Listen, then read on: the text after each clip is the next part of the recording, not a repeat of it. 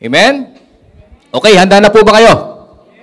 Okay, kung handa na po kayo, on behalf of our beloved pastor, Pastor Melvin Ramirez, and to all the leaders of JC Masi Church, narito po ang inyong lingkod upang magpagamit muli at hayaan po natin ang Lord ang siyang mangusap sa atin. Ginagamit lang po tayo bilang instrumento, maging ang nasa online, makinig po kayo sapagkat may pangungusap ang Lord. Sabi mo sa katabi mo, kakausapin ka ng Lord. Handa na po ba kayo? Okay, kung handa na kayo, let us open our Bible in the book of 1 Corinthians.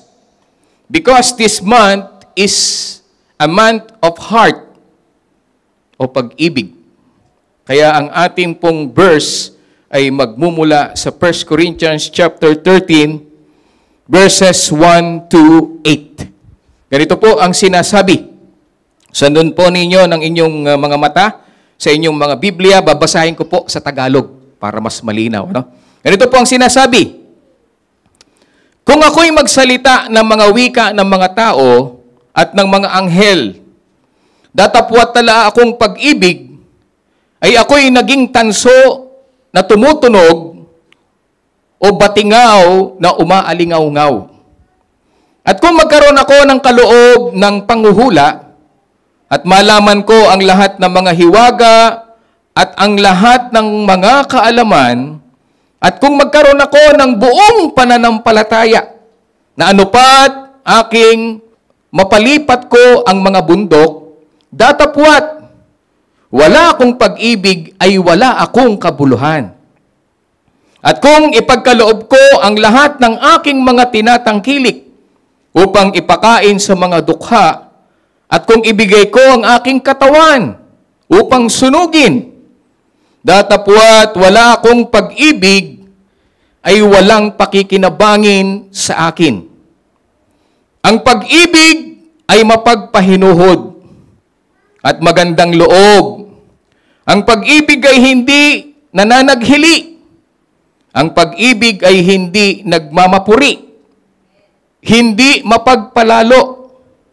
Hindi nag-uugaling mahalay, hindi hinahanap ang kanyang sarili, hindi nayayamot, hindi inaalumana ang masama, hindi nagagalak sa kalikuan, kundi nakikigalak sa katotohanan. Lahat ay binabata, lahat ay pinaniniwalaan, lahat ay inaasahan. Lahat ay tinitiis. Ang pag-ibig ay hindi nagkukulang kailanman. Kahit maging mga hula ay mga tatapos, maging mga wika ay titigil, maging kaalaman ay mawawala. Tayong lahat, tayo mo ko, tayo manalangin. Aming Diyos, aming Ama, Ikaw na Diyos ng pag-ibig, minamahal ka po namin. Itinatanghal ang iyong dakilang pangalan, aming Panginoong Yesus, at kinikilala na ang lahat ng bagay ay nagmula sa iyo. Aming buhay, ang aming hininga. Salamat po, dakilang Diyos, sa iyong pagmamahal, sa iyong biyaya at sa iyong habat, sa iyong pagpapatawad. Sa oras na ito, linisin mo ang aming mga puso upang maging karapat-dapat kaming tumanggap ng iyong salita, ng iyong pagpapalang espiritual ngayong araw na ito. At hayaan mo, Panginoon, mangusap ka ng direkta sa aming po mga puso. At hindi po namin tinututulutan ang gawa ng dyablo upang agawin ang iyong pagpapala sa oras na ito. Sinasaway namin si Satanas sa pangalan ng Panginoong Yesus. At hinihiling ang iyong Santong Espiritu ang siyang manguna sa akin, magbigay ng karunungan at kaalaman, ng anointing na nagmumula sa iyo upang maipangaral ko ng naaayon sa iyong kalooban ang iyo pong mga salita. And we expect, Lord, tagumpay po ang gawain ito. Sapagkat ang lahat ng ito ay aming isinasamo sa aming panalangin sa makapangyarihang pangalan ng aming Panginoong Yesus, and everybody says, Amen and Amen. Palapakan po natin ang Panginoon. Yung palakpak sa Lord, nasasaktan. The sacrifice of praise. A clap of praise. Amen? Sige po, tayo po'y makakaupo na. Kagaya po ng binanggit ko kanina, this month is a month of love.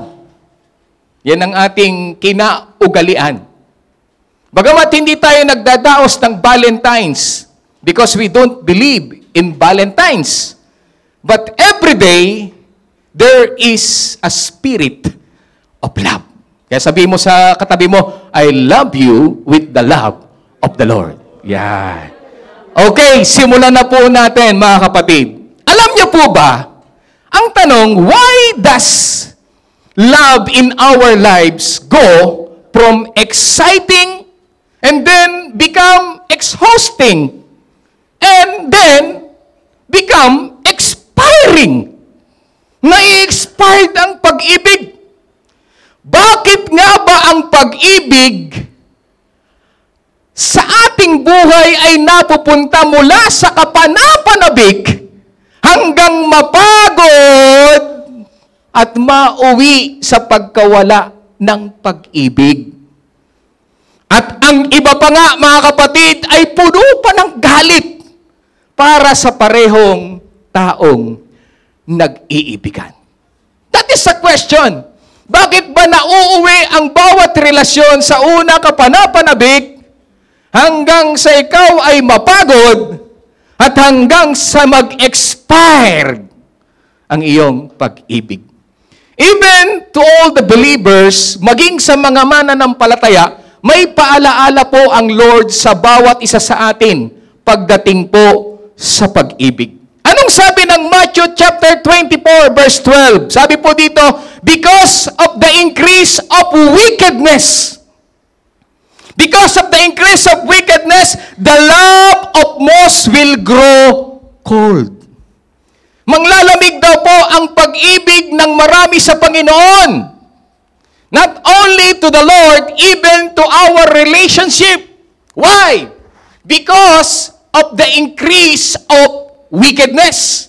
At ang sabi po ng Revelation chapter 2 verse 4, nevertheless, I have this against you.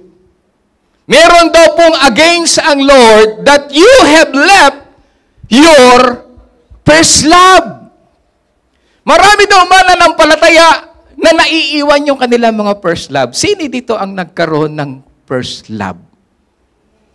And I know, sa lahat ng nagkaroon ng first love, antindi ng pakiramdam.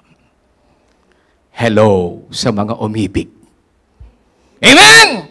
Kaya ngingiti kayo sa topic na ito because it is about love. Now, the question is, how can we develop a kind of love that lasts a lifetime? Paano po natin madidevelop ang pag-ibig na tumatagal, na pangwalang hanggan? Paano natin ito madidevelop, mga kapatid? In our marriage, with our kids, with our parents, with our friends, fellow believers, and especially with our Lord.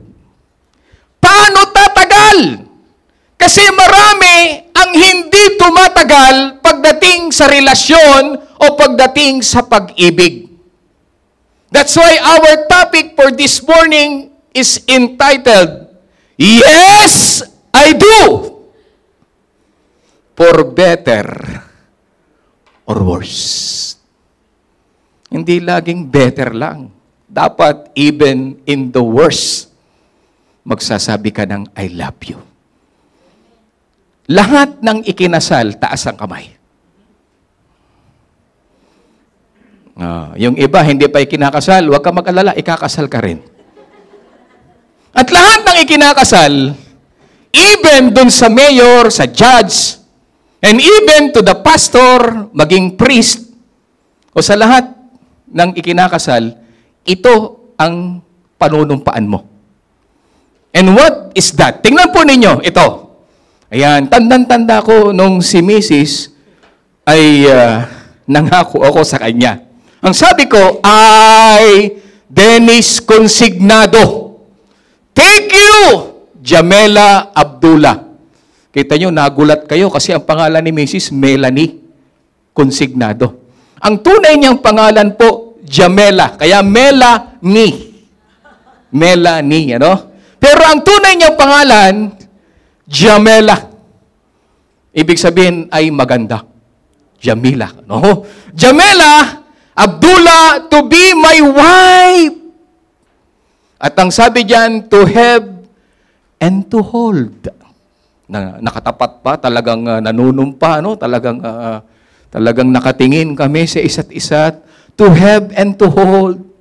From this day forward, for better, for worse, for richer, for poorer, in sickness and in health, to love and to cherish as long as we both shall live or till death do us part.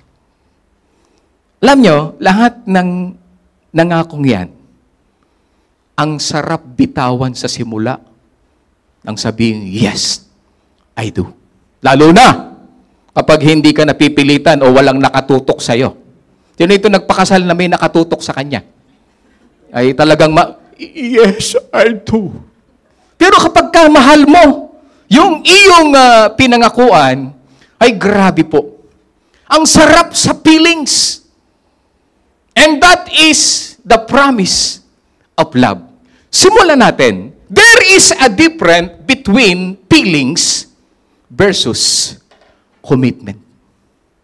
Ang sabi nga po diyan, falling in love is natural. But staying in love is a choice. Ang bilis namang ma-in love eh. Di ba? Pero yung mag-stay ka doon sa pag-ibig, it is a choice. It is a commitment. And falling in love is easy, but staying in love is very special. Mahirap manatili sa pag-ibig. And that is the special of the one who loved to both of them. To both of us. Bakit ba nagkakaroon ng paghihiwalay? Bakit ba nagkakaroon ng sigalot? At bakit ba napapagod at napupunta sa pagka-expired ang pag-ibig ng bawat isa? Ngayon, kasi lahat po ng bago, masarap po yan sa pakiramdam. Lahat ng bago nakaka-excite, brothers and sisters. Ano yung lahat ng bago? Natatandaan niyo po ba nung meron kayong bagong gamit? Nung meron kang cellphone, halos grabe kang magpuna sa bagong cellphone mo. Talagang ayaw mo madudumihan ito. At halos katabi mo sa pagtulog sapagkat bawat tingin mo, wow, bago! Amen! Lahat ng gamit pag bago, talagang ang sarap isuot. Talagang gusto mong ipagyabang. Bago eh. Hello, sa may mga bago? Bagong gamit. Isa pa, bagong school. Pagpasok mo, bagong school ito, bagong kurso. Talagang grabe ang uniform mo. Talagang hagod ang buhok. May pamahadaan ng panahon na yun. Amen? At ang aga mo, kailangan una ako doon sa school. Kailangan makita ko at makita ng mga makikipagkilalang mga kaklasmate ko na ako ay early. Ako ay gwapo. Ako ay maganda. Malinis ako. Lalo na yung mga may bagong trabaho. Yan dito may bagong trabaho. Pag bago ka sa trabaho, ang aga mo. Alas 7, naandun ka na, alas 6 pa lang. Excited ka. Boss! I'm early today. Good morning, boss! Grabe kapag tayo ay bumabati. Hello, boss. Good morning. How's your day, boss? Sa simula. Bago eh. Bago. Amen? Ano pa? Bagong relasyon. Alam niyo, nung kami ni Mrs., bago pa lang kami, niligawan niya ako eh. Yung panliligaw niya sa akin, matindi, naakit sa matinding titig, Talagang, nung panahon na yon, uso pa yung wataniya. Hindi pa urido. Wataniya. Pinapadalan ako niya ng load para walang tigil ang aming usapan. Wow! Tapos pagka medyo nawawala yung signal, hanap ako ng signal kasi baka mapuputol yung pag-uusap namin eh. At that time, wala pang masyadong internet noon. Ang gamit namin, calling, pera, inuubos. Bawat minuto talaga namang, tulog ka na. Kamusta yung trabaho mo? Wow! Talaga, I miss you. Kita tayo bukas. Kain tayo sa labas. Bago eh. Ang sarap ng pakiramdam. Talagang halos di ka makatulog sa gabi. At paggising mo sa umaga, para bang pag-inom mo ng kape, parang mukha niya yung nakikita mo. Wow! In love, bago eh. Bagong kasal. Yung bagong kasal, grabe. Para bang yung unang honeymoon nyo, para bang hindi matatapos. Pili pa kayo ng napakagandang lugar. Kasi bago eh. Pero ang bago pag naluma, yung bagong gamit, basta mo na lang na ipapatong yan. Bahala na yan, bago. Nung bago, naluma na eh, wala na. Ay, balik mo sis. Yan, bagong school. Nung bagong school, ang aga mo. Nung tumagal, lagi ka ng late, absent ka pa. Amen? Papasok ka. Halos yung bitonis mo, nagka-doble-dobling sala na ang siyang lagay. At yung buhok mo, halos hindi mo na nasuklayan.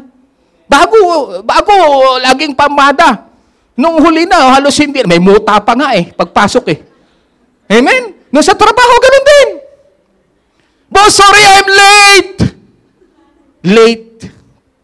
Ang damit, hindi na maayos. Sa trabaho. Sa relasyon. Bakit naman hindi ka dumating? Pasensya na, may busy ako. Yung pala, iba na inaasikaso.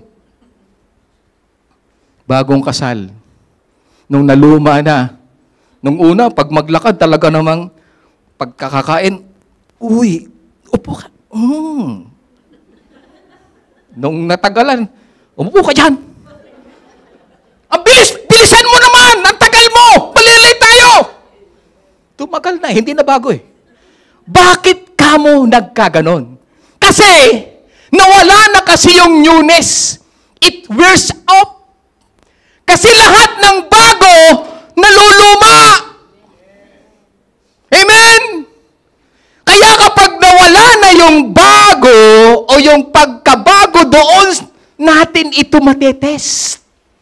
Kung talagang mahal mo ba yung ginagawa mo dahil lang bago, o talagang committed ka doon. Amen? Matetes kapag tumagal na. Kasi lahat ng bago, excitement. May feelings. Masaya. Talaga naman. Halos ang tingin mo, puro bulaklak, puro star. Parang rainbow. Amen? Tandaan po natin, kung feelings lang ang basihan mo pagdating sa relasyon, tiyak po madidismaya ka. Tiyak po magsasawa ka. Tiyak po mapapagod ka. Tiyak po susuko at aayaw ka pag feelings lang ang basihan mo sa relationship. That is a part of love because love is a feelings. Sa bago. Pero pagdating sa pagtagal, that is not only the feelings. You need the commitment to your relationship. At kapag ganyan na ang nangyayari, kapag feelings ang ating pinaiiral sa ating relasyon, diyan na papasok ang pag-aaway ng mag-asawa. Ang tanong, bakit ba nag-aaway ang mag-asawa? Una, kasi Brother Dennis, may ginagawa siya na hindi ko gusto. Hello, sa mga hindi gusto ginagawa ng asawa nyo. Diba? Pangalawa, kasi Brother Dennis, may gusto kong gawin niya na hindi niya ginagawa. Kaya galit ako. Ano pa, pangatlo? Maliit na bagay, pinapalaki niya. Hello? Ultimong asin lang, pinag-awayan eh. Bakit naman ang alat nito? Asin lang yun, ha? Pwede mo namang dagdagan ng tubig para mawala yung alat. Pero asin lang.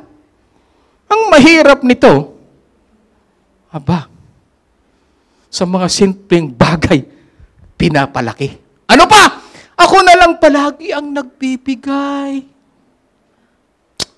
Ako na lang palagi ang umuunawa. Kaya tuloy mali na nga. Tapos panay pa ang paliwanag, panay pang... ano pa? Paulit-ulit na niyang ginagawa yan, Brother Dennis. Kaya lagi kami nag-aaway niyan. Paulit-ulit na. So una, mangangako. Gagawin uli. Mangangako. Gagawin uli. Hanggang ngayong ginagawa paulit-ulit, away tuloy kami. At yung huli naman, itong sinabi nung isa, bakit kayo nag-aaway? Hindi ko nga alam kung bakit kami nag-aaway. Basta na lang nag-aaway kami. Hindi ko alam kung bakit kami nag-aaway. Ano ba yan? Pwede namang hindi mag-aaway. Ba't kami nag-aaway? Iyan ang mga dahilan na binabanggit at pinag-isipan ko na ilagay dyan yung mga nararanasan din namin yan ni Mrs. Kaya ako naisulat dyan. Ibig ba sabihin, Brother Dennis, naikatwira mo na rin ba yan? Yes! And that is a part ng mag-asawa. Ang tanong ngayon, paano ba natin ito masusolusyonan itong away na ito? The second thing that we need to know is we must know the value of the word, yes, I do. What is the value when you say, yes, I do? Alam nyo, para malaman natin ang ugat ng problema, dapat po nating alamin muna, bakit ba kayo nagpakasal? Brother Dennis, para namang talagang grabe itong topic mo. Parang kaka-excite naman. Pag mag-asawa talaga. Opo. Amen? Pag-usapan natin, bakit ba kayo nagpakasal? Nagtanong uli ako. Ito ang sagot nila. Una, ang sagot ng isa, it must be love. Love at first sight. Kasi grabe yung pilik mata. Pag pumungay na, grabe, parang, wow, grabe. It is a love at first sight. Ang cute ng dimple niya. Ang daming mga bagay. Amen? Kaya, nagustuhan, hanggang sa na-in love ako at nagpakasal kami. Yung isa naman, kasi mabait siya noon. Noon. Naaloko nga ako, Brother Dennis eh. Akala ko, ang bait nung kami mag-asawa na. Hindi pala mabait. Mabait siya noon. Kaya kami nagpakasal. Amen? Pangatlo, alam mo kasi, Brother Dennis, best friend kami niyan. Best friend kami or nagkakaunawaan kami, kaya mas sa tingin ko, okay kami. At na-fall in love kami sa isa't isa. At ngayon, kasal na kami. Dating BFF, ngayon, we are lovers. Ano pa? Kailangan dahil buntis na. Amen? Meron bang nagpakasal dito dahil buntis na? Hindi kayo aamin. Pero may kilala ako. Buntis na Kaya nagpakasal. At yung panghuli, maraming dahilan kung bakit nagpakasal. Lagi po nating tatandaan, mga kapatid, hindi lahat ng nagpapakasal o nagpapasakal ay mahal ang isa't isa. Subalit lahat ng nagpapakasal, kailangan ang isa't isa. Palapakan natin ang Panginoon. Amen! Hindi lahat nagsisimula ng mahal na mahal. Pero, lagi mong tatandaan, kailangan nyo po ang bawat isa. Ngayon, ang tanong uli, bakit ba nag-aaway ang mag-asawa? Ang dahilan, dahil sila nag-aaway, dahil hindi napupunan ang kanilang mga pangangailangan or needs, kaya sila nag-aaway. May pangangailangan ako na hindi na ibibigay ng misis ko o ng mister ko. Alam nyo po ba O alam mo ba ang pangangailangan ng asawa mo?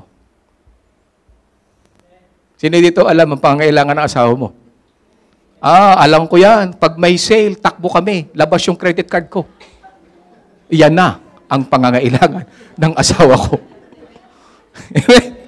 Alam niyo pa kung anong pangangailangan talaga ng asawa mo? Unang tanong, husband. Lahat ng husband magsabing amen.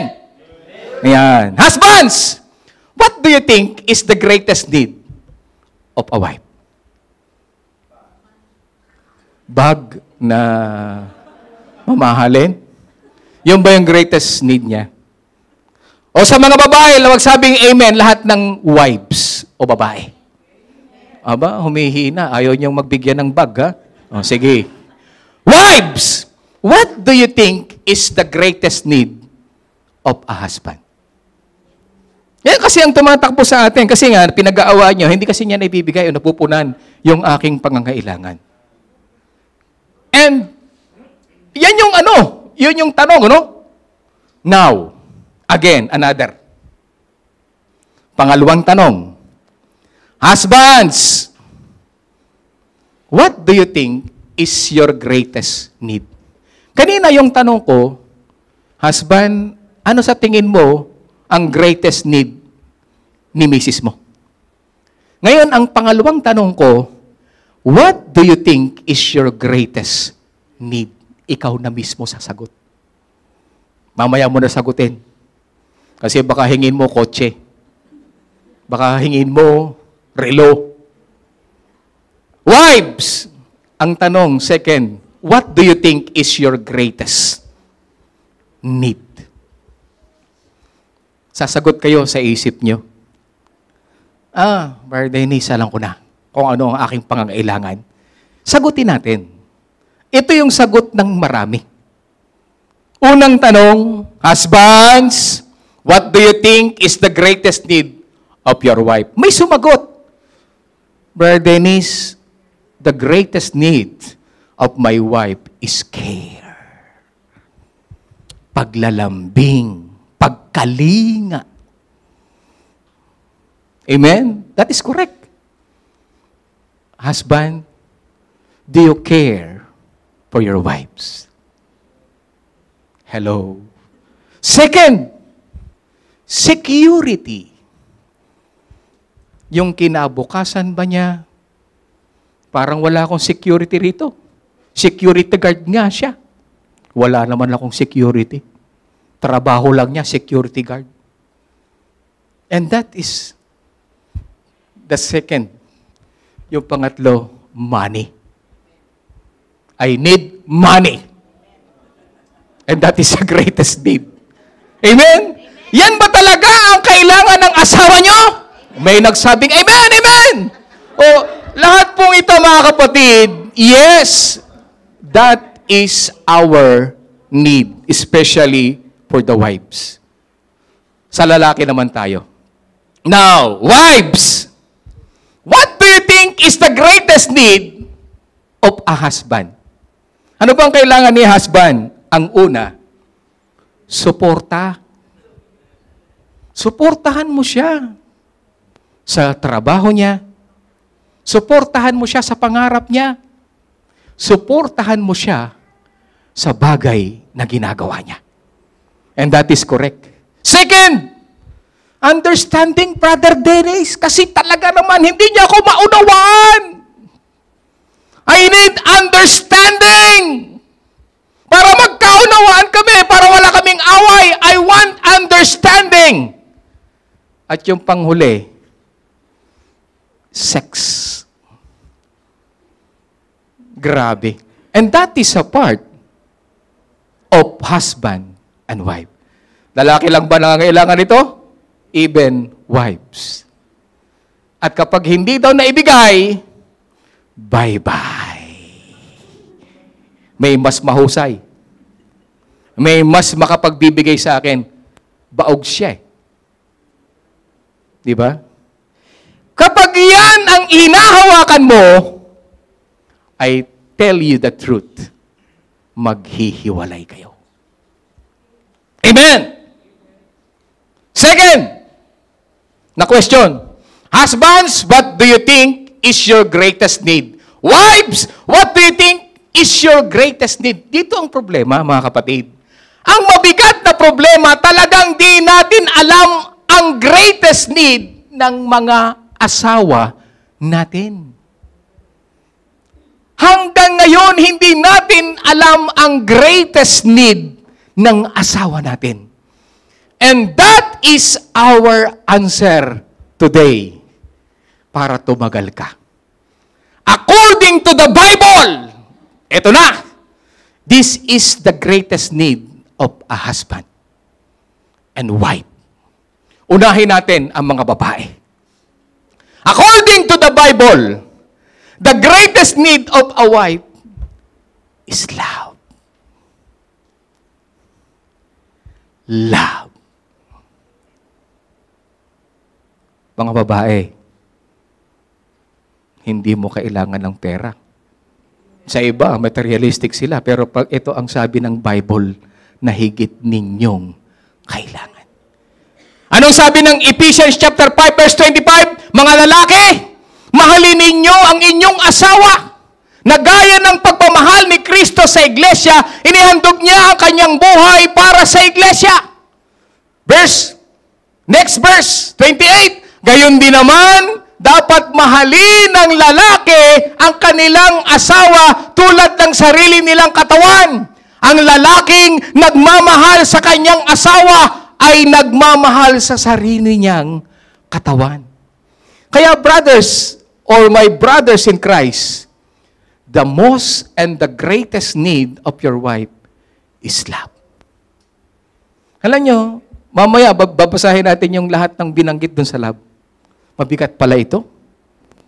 Kapag wala ka nitong talagang spiritual love na ito, unconditional love na ito, hindi ka tatagal.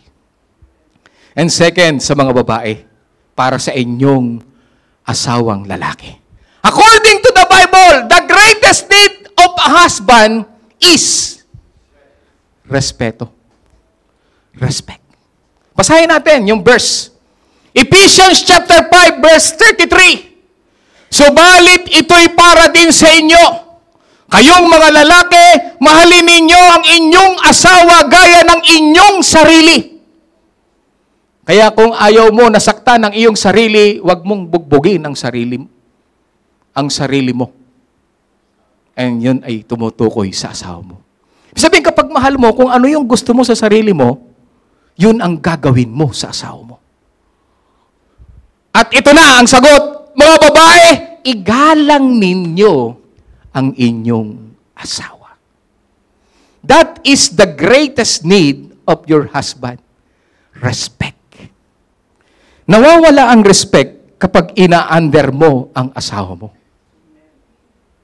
Lahat na nag-a-under sa asawa, wala kayong respeto. Because the head of the church is Christ and the head of the marriage ay walang iba kundi ang lalaki. Amen? Kaya ang higit na kailangan ng lalaki, respeto, respect. Suportahan mo ang iyong asawa na lalaki. Huwag mo siyang gawing parang alila. Huwag mo siyang gawing parang sunod-sunuran sa'yo na para bang nangliliit siya kapag tumitig ka na. Nagpapaalam, love, may lakad kami ng barkada ko. Ni brother.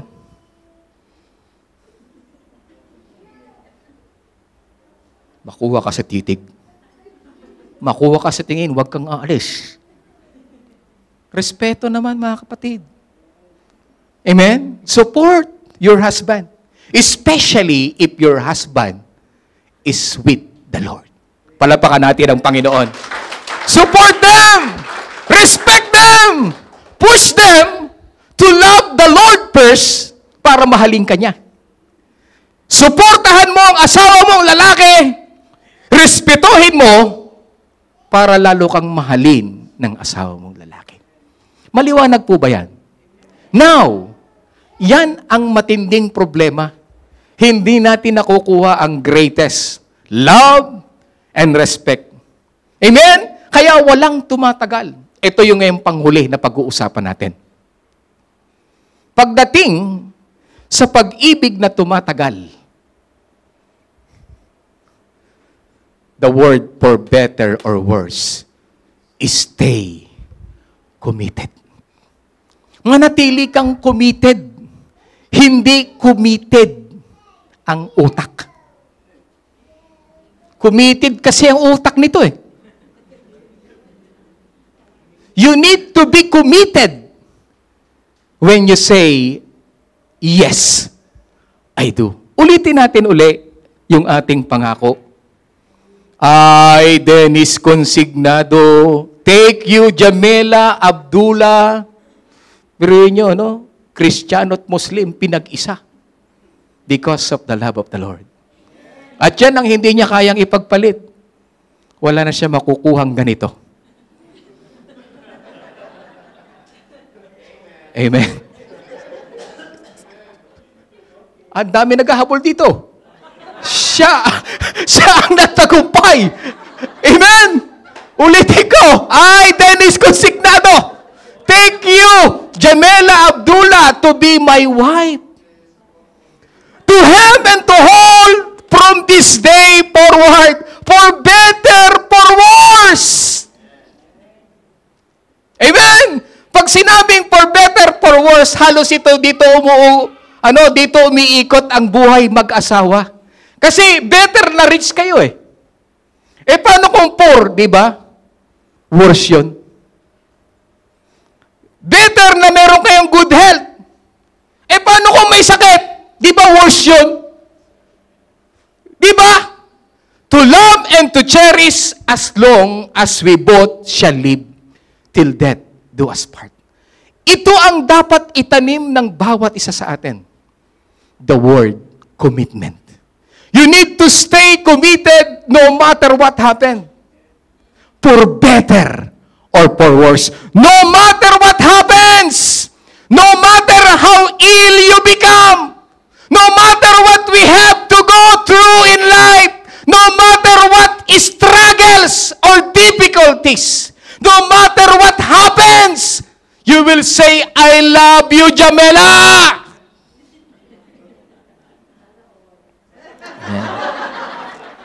Kita niyo yun? Susundan natin ang ano? For better or worse. Palapakan nga natin ang Panginoon. Hindi lang lagi pag better. Hindi lang lagi pag masaya. Hindi lang lagi pag bago. At pag naluma na, iiwanan mo na. No! It is not only the feelings. It is a commitment to stay in love. We must know the value of your commitment. And you need to stay committed. No matter what happens. Kahit pa makakita ko ng napakaganda at napaka-sexy, I will stay because I am committed. Pero pag committed ang utak mo, ay mas sexy siya, dito ako. Dapat wag committed ang utak mo. Dapat stay committed. Palapakan natin ang Panginoon. At alam nyo, nabuo ang topic na ito because there is a one song na palaging naririnig ko. Ito na. Sa huli, palagi, babalik pa rin sa yakap mo. Mahal sa huli, palagi, pipiliin kong maging sa'yo. Ulit-ulitin man, nais kong malaman mong iyo ako palagi. Alam nyo, nung binabasa ko ito, this is the true message of a commitment.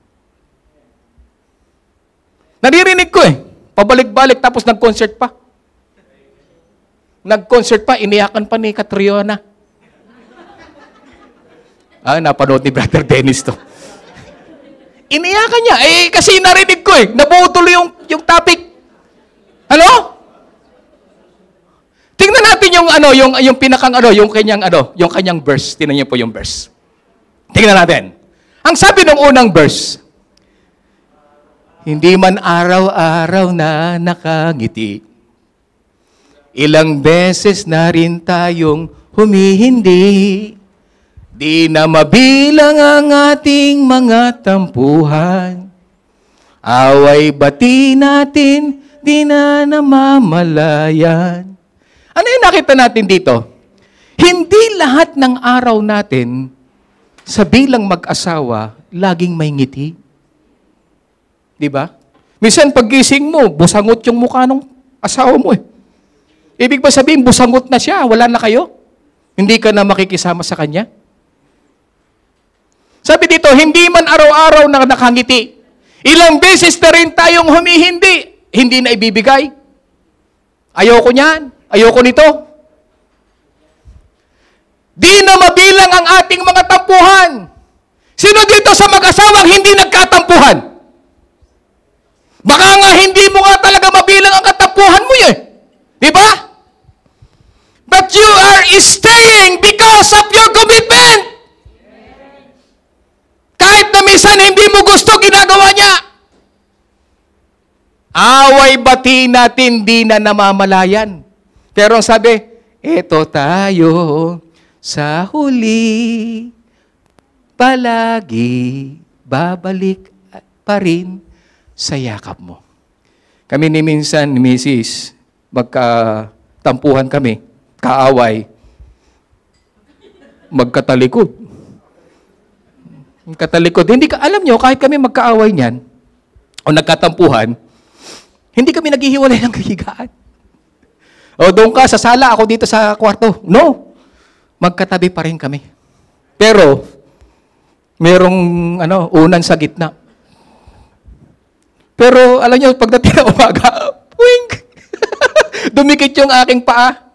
Mamaya, babalik sa yakap niya. Di ba? Alam niyo, pag yumakap ng gano'n, kahit pagkapa akong gano'n, bilbil ito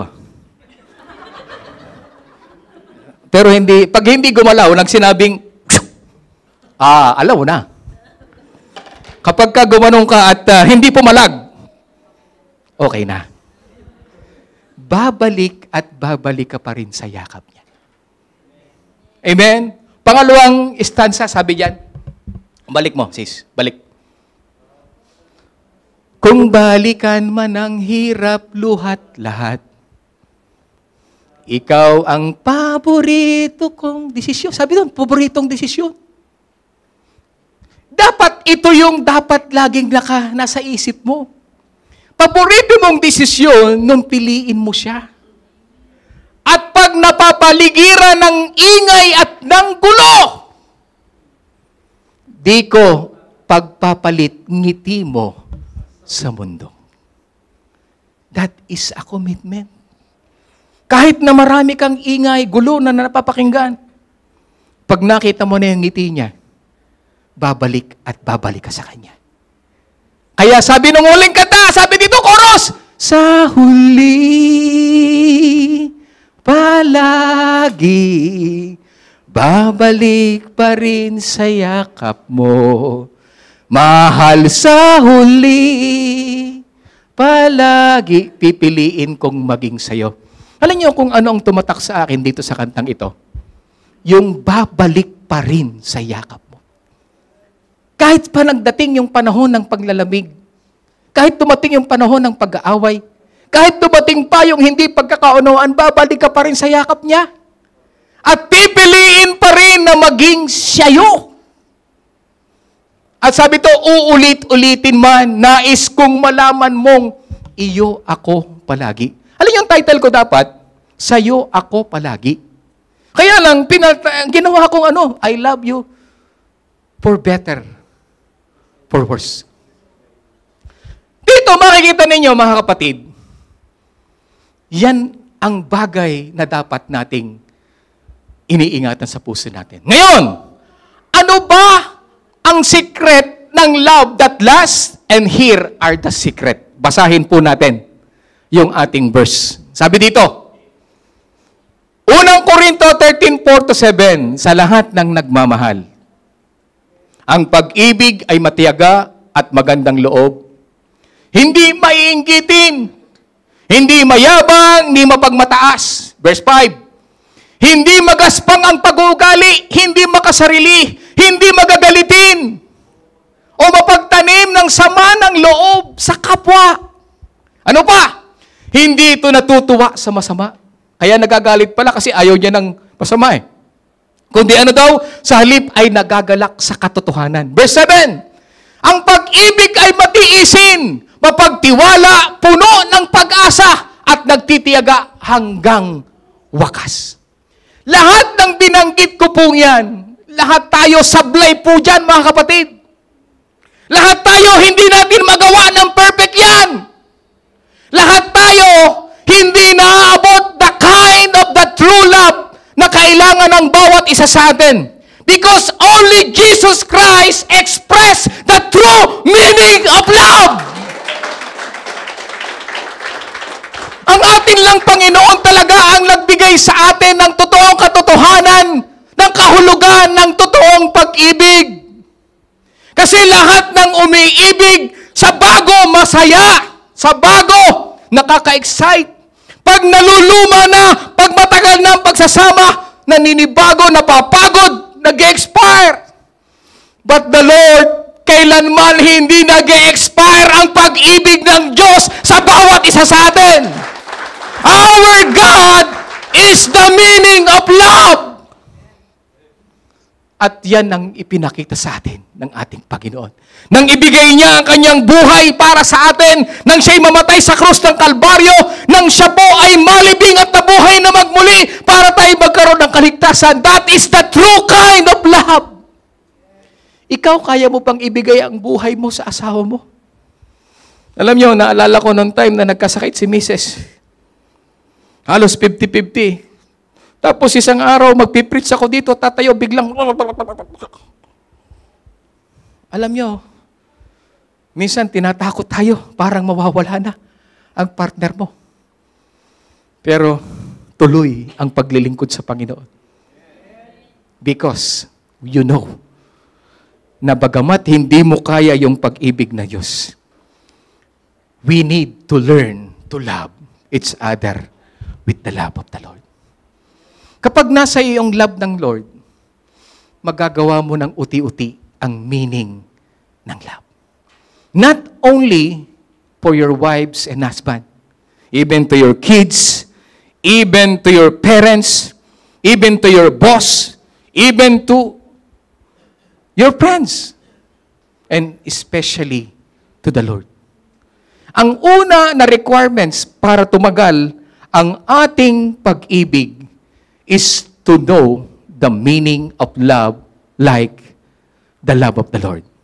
And learn to love like the love of the Lord. Para tumagal, pangalawa, huwag kang titigil huminga. Kasi mamamatay ka. At kapag namatay ka, siguradong hindi natatagal ang relasyon niyo. Hello? Katawa-tawa, di ba? Kapag hindi ka huminga, patay ka. Hiwalay na kayo. Nag-iisa na ang minamahal mo. And what is the meaning of the breath? Prayer is the breath of our soul. Kung gusto mong tumagal ang relationship ninyo, the second na kailangan mo is prayer. Kami ni Mrs., subukan ninyo na nagpe-pray kayo tuwing umaga. At nagkatampuhan kayo, maayos. Kasi, meron kayong time of prayer. Pag hinawakan mo na yung kamay niya, oh, sorry na. Pinatawad na kita. Pray na tayo. That is the secret of a last. That love that lasts is stay in prayer. Ang mag-asawa, laging may prayer. At sigurado yun, tatagal kayo sa inyong relasyon. Prayer is our spiritual oxygen. And just as oxygen is the vital to our natural life, So prayer is vital to our spiritual life. Amen? Kaya ang sabi ng Panginoon, 1 Thessalonians 5:17, palagi kayong manalangin. Amen? Kaya sa mag-asawa, ganon. Ganon ang nangyayari. Dapat even, doon sa papasok pa lang, dapat may prayer kayo. Alam niyo, kapag hindi ka nagbantay sa prayer, lalamunin ni Satanas ang asawa mo. Papayag ka ba na kunin ni Satanas ang asawa mo? Alam niyo, nung time na nagkaaway ang aking father at saka ang aking mother, halos maghiwalay. Nagkaroon pa nga ng anak sa labas ang aking tatay. Pero alam niyo, nung naging Kristiyano si nanay, ang sabi niya, hindi siya papayag na ibigay kay Satanas ang asawa niya. Because that is mine. Nag-yes I do ako sa kanya, and that is till death do us part. And that is for better or worse. Huwag mong ibigay kay Satanas ang asawa mo. Ipaglaban mo sa pamamagitan ng panalangin. Palapakan natin ang Panginoon. And alam niyo mga kapatid, even in our relationship sa Lord, alam niyo, ito po ang kailangan natin. Commitment. Not the feelings. Alam niyo, nung tinanggap niyo ang Panginoon, parang ganito yan. Ulitin natin. Tatanungin ka, di ba, do you, Christian, take Jesus Christ to be your Lord and Savior? Di ba nung tinanggap mo ang Panginoon, tinatanggap mo ba tinanggap ka ang Panginoon, ang iyong Panginoon at iyong manunubos? Yes po. Di ba nang tinanggap mo ang Panginoon, ang parang nangyari, parang kayong mag-asawa, parang kayong may relasyon, to have and to hold, from this day forward, parang ganun din.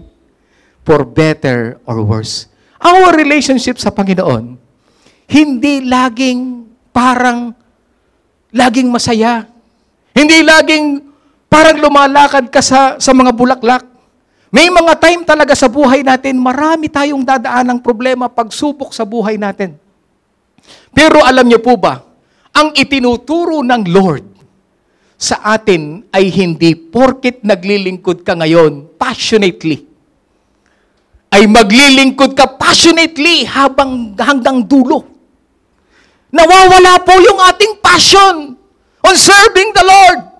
Nawawala po yung ating love on serving the Lord.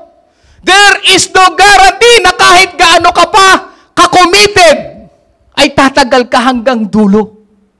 Amen? Nawawala yung passion natin. Nagsasawa tayo. Darating talaga yung time, brothers and sisters, na mapapagod ka sa ginagawa mong paglilingkod sa Panginoon. Magsasawa ka. Darating po yun. Mababagot ka. At masasabi mong, pwede bang sumuko, Brother Dennis? Pwede bang hindi na ako umaten? Pwede bang hindi na ako maging kasama ng JC Basi? Because my love is expired. Di ba? Dumarating yan. But because you have commitment sa ating Panginoon, na alam mo naman na nakapag-commit ka sa Lord, na ang Lord mismo ang nagsabi na even until the last of your breath, I will be with you. Kaya kapag committed ka, anong sabi ng Matthew 24 verse 13? Ngunit ang manatiling tapat hanggang wakas ang siyang maliligtas. Stay committed. Manatili ka lang tapat. Manatili ka lang tapat sa Panginoon. At sigurado, maliligtas ka. At yung sabi doon sa ibang salin, datapat ang magtiis hanggang sa wakas ay siyang maliligtas. Ang dalawa na dapat nating gawin bilang isang mananampalataya, bilang naglilingkod sa ating Panginoon, para tumagal tayo ng relasyon sa ating Panginoon, magtapat ka. Lahat ng tapat, magsabing Amen. Amen. Brother Dennis, minsan tapat, minsan patapat-tapat, minsan tumatapat. Ang gusto ng Lord, magtapat ka. Sabi doon, magtapat ka hanggang wakas. Para ano? Para ikaw ay maligtas. At hindi lang magtapat, magtiis. Sabihin nga natin, tiis! Pagdating sa relasyon sa Panginoon, kasama po ang pagtitiis. Pagdating sa relasyon ng mag-asawa, kasama po ang pagtitiis. Pagdating po sa ating Panginoon, kailangan tayong magtapat hanggang magsawas. Manatili kang tapat hanggang wakas. Magtiis ka hanggang wakas. For better or worse. Sabihin natin sa Panginoon, sa'yo ako palagi. Amen? Dapat hindi lang sa panahon na okay ang mood mo. Even na kahit wala sa mood, dapat tayo ay lumapit sa Panginoon.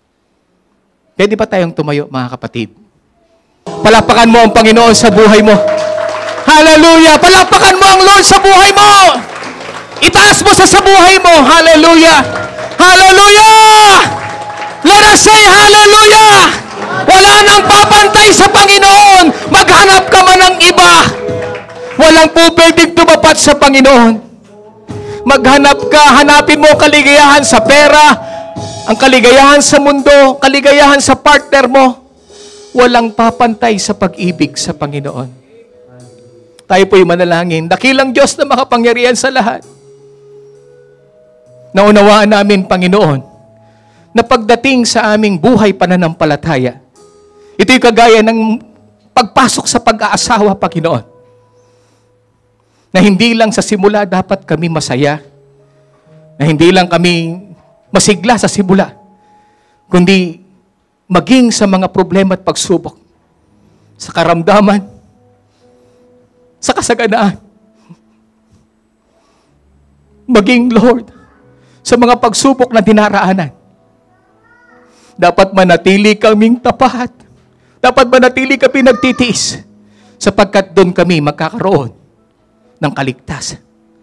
Maisasalba namin ang aming relasyon kapag pinili namin ang commitment para po sa iyo, Panginoon. Dakilang Diyos na makapangyarihan sa lahat. Narito ang iyong mga anak na patuloy na nagmamahal sa iyo.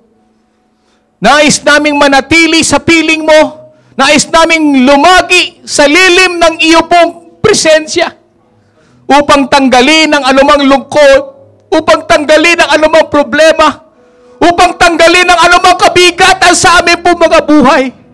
Sapagkat in your presence, Lord, we feel the peace, ang kapayapaan, ang kaligayahan, kagalakan, ang kasapatan sa iyong presensya, Panginoon, na hindi kayang tapatan ng mundong ito, na hindi kayang tapatan ni Satanas.